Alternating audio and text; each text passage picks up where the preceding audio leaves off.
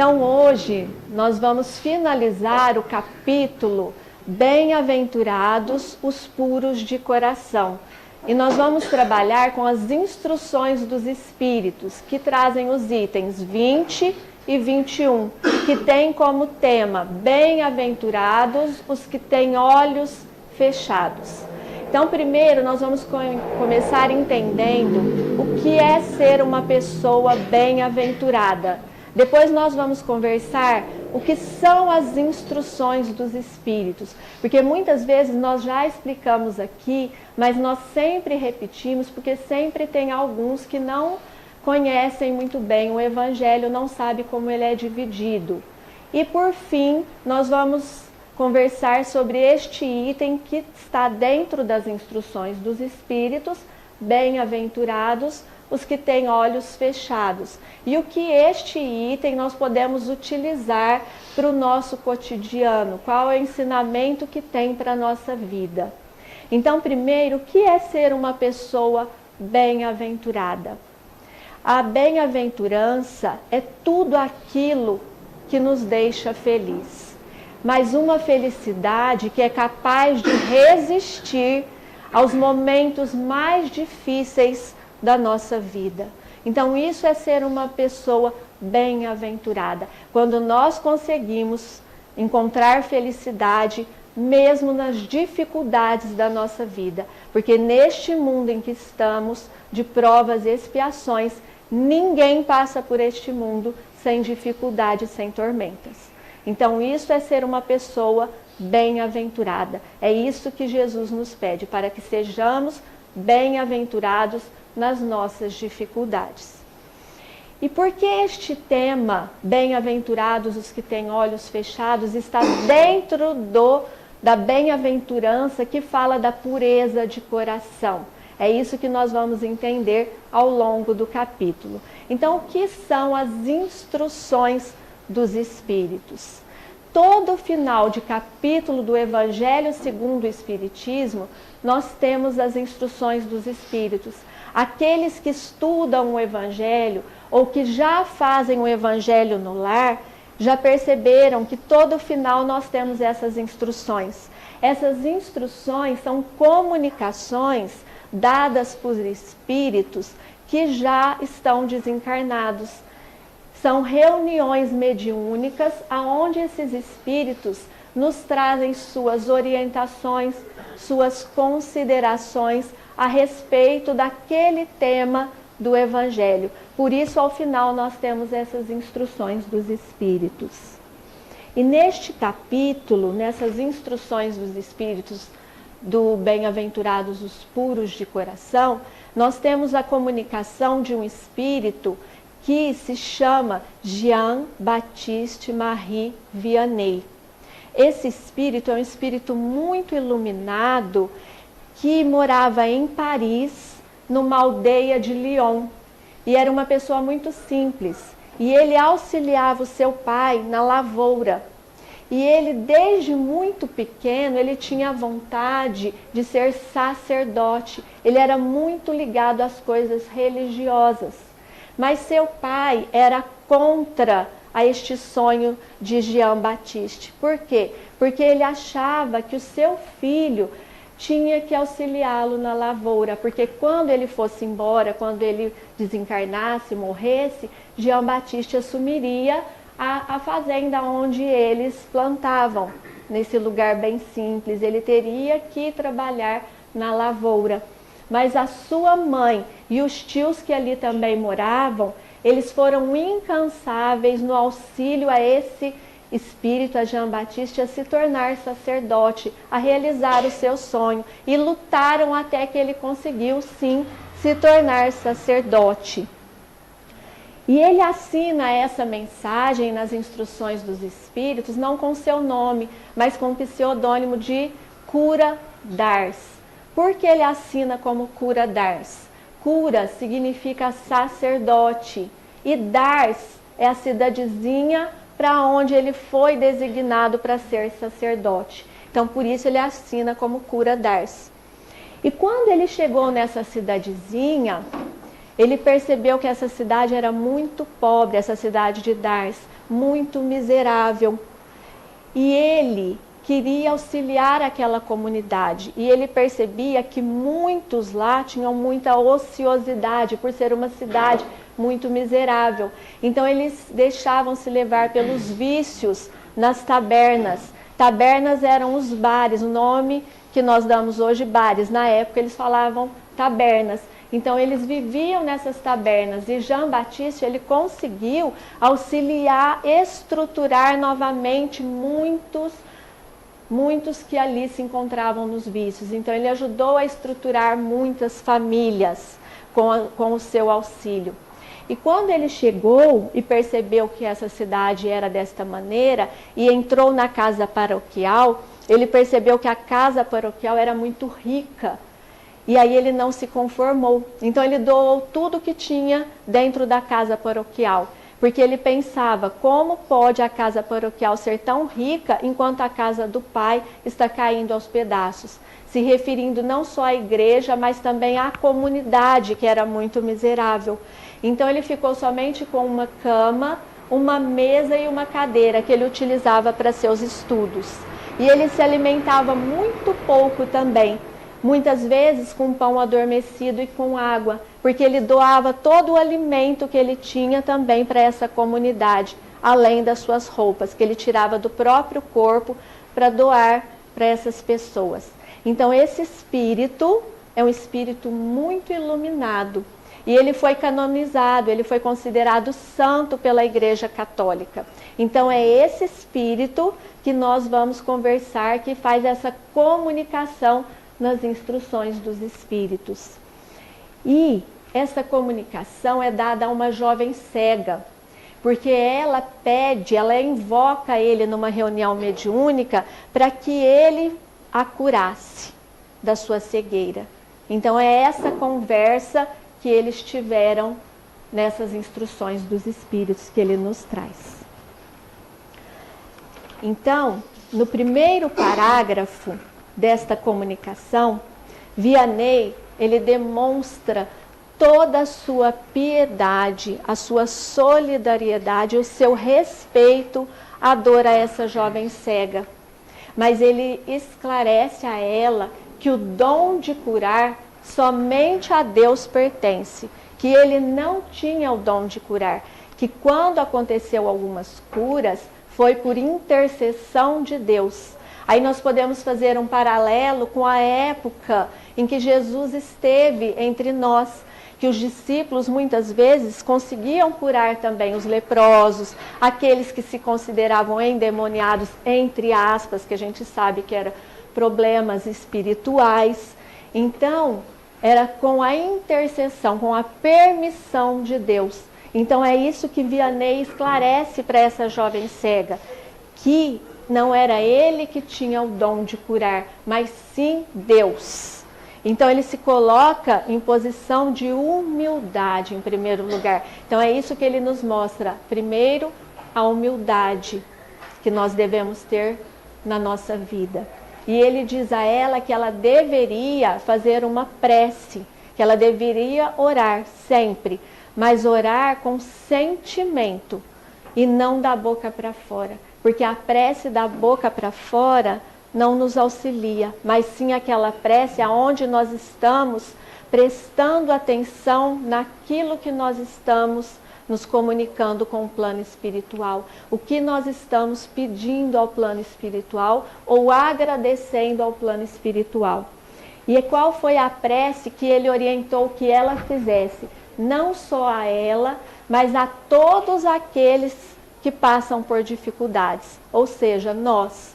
Então, todas as pessoas que passam por sofrimentos, dores, aflições, dificuldades, que é comum neste mundo em que estamos, ele pede para fazer uma prece, para elevar esta prece. Meu Pai, cura-me, mas faz que minha alma enferma se cure antes que o meu corpo, que minha carne seja castigada se necessário, para que minha alma se eleve ao teu seio, com a brancura que possuísse quando a criaste. Então, o que nós podemos perceber nesta oração? Primeiro, que quando as enfermidades chegam no nosso corpo físico, elas já passaram pela nossa alma. Que primeiramente todas as doenças, as dificuldades, todos os problemas que nós enfrentamos, primeiramente, antes de chegar no nosso mundo material, chegar no nosso físico, primeiramente está na nossa alma. Por quê? Porque são frutos dos nossos desajustes, das nossas desarmonias, dos nossos erros, dos nossos defeitos, dos nossos vícios, que nós mesmos criamos nesta vida ou em vidas pretéritas. Então é isso que ele esclarece para essa jovem, que a dificuldade que ela estava passando, ela deveria se sentir bem-aventurada, porque ela tinha a oportunidade de resgatar algo que ela mesma criou para ela. E a mesma coisa ele pede para nós, que tudo que nós passamos, todas as dificuldades, ou financeiras, ou de relacionamento entre companheiro e companheira, ou com alguém do trabalho, ou seja, todas as dificuldades, as aflições, os problemas foram criados por nós mesmos e não por Deus, porque Deus é justo. Ele só permite que passemos por essas dificuldades porque nós mesmos criamos para nosso aprendizado, para nossa evolução espiritual. E aqui eu vou dar um exemplo, porque para quem não sabe, eu trabalho na área da educação. E certa vez eu estava em uma escola e 4 adolescentes quebraram um armário por querer. Elas começaram a chutar que quebraram esse armário. E as câmeras da escola registraram este ato. E aí foi chamado, lógico, os responsáveis dessas 4 adolescentes e pediu-se para essas mães que elas arcassem com aquele prejuízo. E uma das mães disse que não pagaria de maneira alguma. Num primeiro momento, nós assustamos com esta atitude, mas depois nós entendemos e assim, nós achamos isso um ato muito bonito de aprendizado. O que ela disse?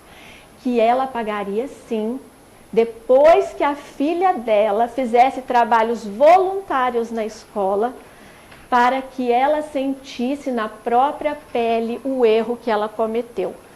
Lavando o banheiro, limpando o chão, e foi o que ela pediu para a gestão da escola, que ela passasse por todas essas dificuldades e que ao final ela pagaria sim por aquele armário, mas sem a filha saber, para que ela sentisse, que ela aprendesse. É isso que Deus faz conosco. Ele deixa que nós passemos por essas dificuldades porque nós mesmos criamos. Já pensou se Ele não deixasse que nós sentíssemos na pele aquilo que nós fizemos aos outros? Como seria? Será que nós aprenderíamos? Nós não conseguiríamos avançar para mundos melhores, para um mundo de regeneração, por exemplo, que é o que vem depois do mundo de provas e expiações. Então nós precisamos sim passar pelas dificuldades para que possamos aprender. E ele nos pede esse espírito de Vianney, que nós passemos sendo bem-aventurados, que nós conseguiremos ter a felicidade se nós conseguirmos seguir os ensinamentos de Jesus, as leis morais, mesmo se nós tivermos as dificuldades. E no segundo capítulo, no segundo parágrafo, o que ele fala para essa jovem cega? Ele diz a ela: se o seu olho é mau, arrancai-vos. E que valia lançá-lo ao fogo se ele fosse a sua perdição? O que essa passagem, essa frase desta comunicação nos ensina? Que muitas vezes nós fazemos mau uso da nossa saúde física perfeita.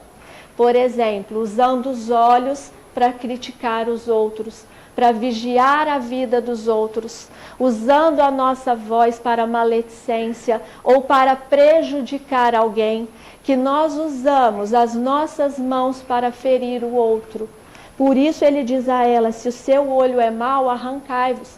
Para que ela refletisse, ele continua neste parágrafo, por que ela está passando por aquela dificuldade, que ela deveria se sentir bem-aventurada, porque ela estava tendo a oportunidade da evolução espiritual, porque algum mal ela poderia ter causado em uma outra existência e que ela precisaria passar por aquela dificuldade para o seu processo de evolução espiritual.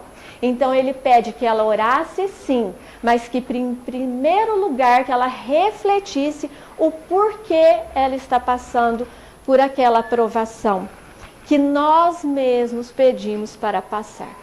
Tudo que nós passamos aqui, nós pedimos para passar por estas provas. E muitas vezes a espiritualidade até nos auxilia. Nós pedimos até mais provas do que nós suportamos. E eles, sabendo disso, eles amenizam as nossas provas.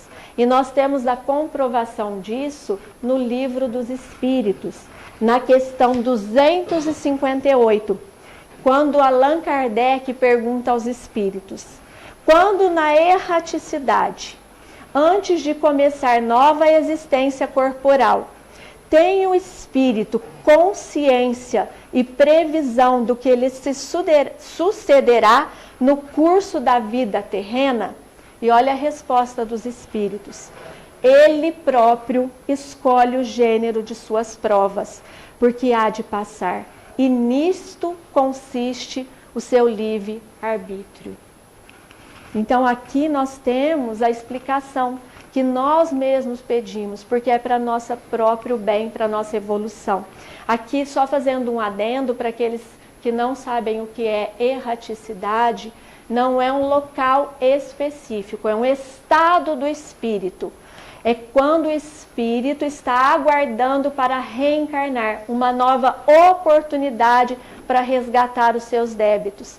Então, se nós aqui, que estamos encarnados, desencarnássemos nesse momento, nós seríamos espíritos errantes, porque ainda precisamos voltar outras vezes para resgatar os nossos débitos. Então, é o estado do espírito, a erraticidade, que eles estão esperando para reencarnar. Então, com essa resposta, nós percebemos que Deus é justo. Então, muitas vezes nós pedimos, entre aspas, um milagre e nos revoltamos se nós não conseguimos. Ou a saída de algum problema e que nós queremos imediatamente e não conseguimos resolver naquele momento e nos revoltamos contra Deus. E perdemos a nossa fé, ficamos descrentes. Então, este capítulo vem nos explicar que isto nós não devemos deixar acontecer.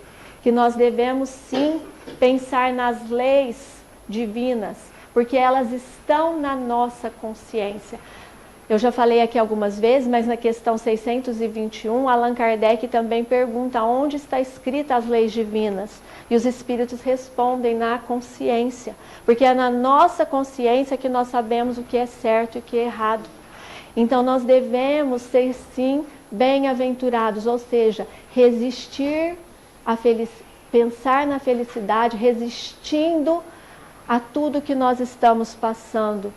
Nós não temos que deixar, quando nós temos alguma dificuldade, a dificuldade nos atingir e não lutar para melhorar. Não é isso. Nós temos sim que lutar para a nossa melhora. O Espiritismo não pede para ficarmos estagnados, aceitar: eu estou passando por isso, pronto, e acabou, está tudo bem. Não, nós temos que lutar sim, mas que nós sejamos bem-aventurados, ou seja, felizes, com mais calma, tentando passar com mais tolerância, com mais consciência, sem deixarmos nos desarmonizar. Porque se nós nos desarmonizamos, e a prece ajuda muito a nós ficarmos harmonizados, então se nós deixarmos essa desarmonia nos atingir, nós vamos ficar desesperados. E é isso que ele nos pede aqui, para que nós não nos desesperemos. Porque tudo que estamos passando é para a nossa evolução. Então vamos sempre procurar a prece e refletir por que nós estamos passando por essa dificuldade. Porque nós mesmos pedimos. Então vamos lutar, vamos aceitar, mas lutar para que nós nos melhoremos. E essas dificuldades nos ajudam também a melhorar. Se nós somos impacientes, nós vamos ter um pouco mais de paciência. se somos intolerantes, que nós tenhamos mais tolerância, mais aceitação do outro, porque ninguém muda o outro. Nós conseguimos mudar a nós mesmos, o outro não. Cada um tem o seu momento. Então é isso que ele nos pede aqui. E quando ele finaliza essa comunicação com essa jovem cega, ele diz a ela: confie em Deus, que fez a felicidade, mas que permite também a tristeza, para que mais tarde alcancemos a felicidade plena. Então aqui tudo que nós conversamos, ele finaliza nesta frase, mostrando que sim, um dia nós vamos alcançar a felicidade, mas depende de cada um de nós, do nosso melhoramento, da nossa reforma interior, para que nós possamos conseguir atingir a evolução espiritual e encontrar essa felicidade verdadeira. E para finalizarmos, no livro Religião dos Espíritos, que foi trazida pelo espírito de Emmanuel, que foi o mentor do Chico quando Chico Xavier esteve encarnado, no capítulo 70, que se chama Na Hora da Crise, ele traz uma reflexão muito bonita. Eu não vou ler toda porque ela é extensa, mas quem quiser fazer essa reflexão, vou repetir, chama Religião dos Espíritos. E eu vou ler só o capítulo 70, que é Na Hora da Crise, um trecho do capítulo 70.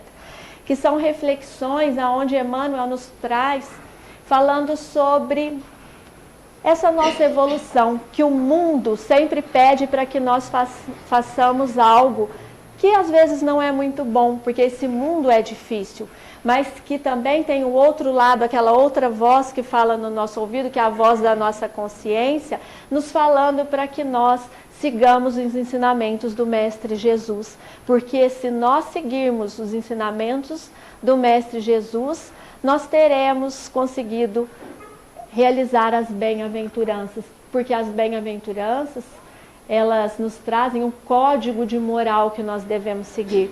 Então essas vozinhas, a voz do bem e do mal, que ele nos traz nessa reflexão.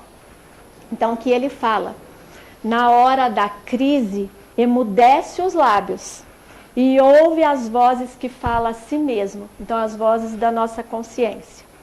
Diz o mundo, acomoda-te como puderes. Pede o Cristo, levanta-te e anda. Diz o mundo, faze o que desejas. Pede o Cristo, não peques mais. Diz o mundo, destrói os opositores. Pede o Cristo, ama os teus inimigos.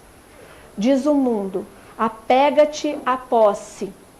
Pede o Cristo, ao que te rogue a túnica, cede também a sua capa. Diz o mundo, fere a quem te fere. Pede o Cristo, perdoa sempre. Diz o mundo, descansa. Pede o Cristo, avança enquanto tem luz. Diz o mundo, censura como quiseres. Pede o Cristo, não condenes. Diz o mundo, não repares os meios para alcançar os fins. Diz o Cristo, serás medido pela medida que aplicares aos outros. Diz o mundo, aborrece os que te aborreçam. Pede o Cristo, ora pelos que te perseguem e te caluniam. Diz o mundo, acumula ouro e poder para que te faças temido. Diz o Cristo, provavelmente nesta noite pedirão a tua alma. E o que amontoastes? Para quem será? Graças a Deus.